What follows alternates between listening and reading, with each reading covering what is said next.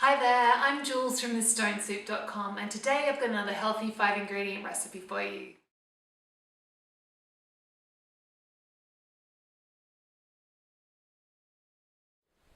Okay, so I've got my steak ready. I'm just going to do one Scotch fillet, but you could, of course, if you've got two steaks, you could do the same. You just want to chop it into smaller pieces.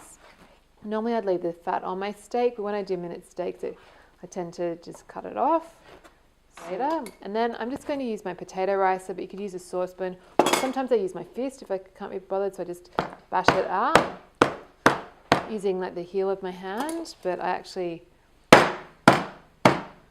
like to find the potato ricer really gets it. So you want it nice and thin. So it's literally going to cook in a minute. And this tenderizes the steak and just gives you more surface area. And it's also great if you want to share a steak between two people, it feels like a lot more meat when it's being bashed out like this.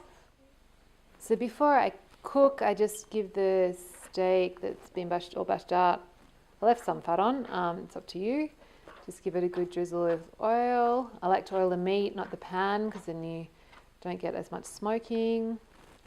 And also a good pinch of salt, and we're good to go.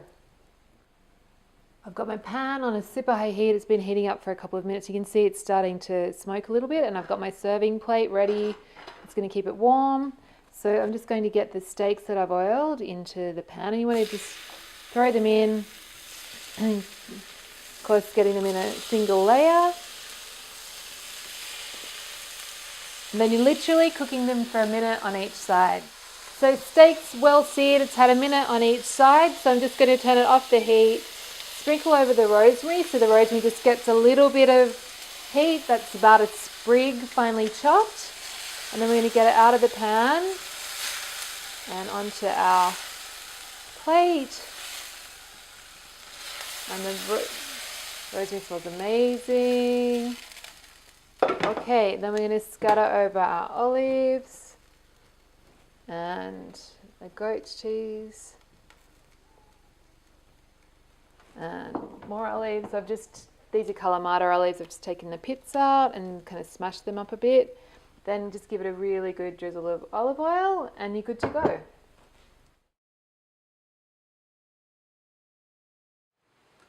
So if you enjoyed this recipe, really encourage you to come on over and visit my blog. It's TheStoneSoup.com, and if you sign up for email updates, you get a free ebook filled with video recipes just like this one.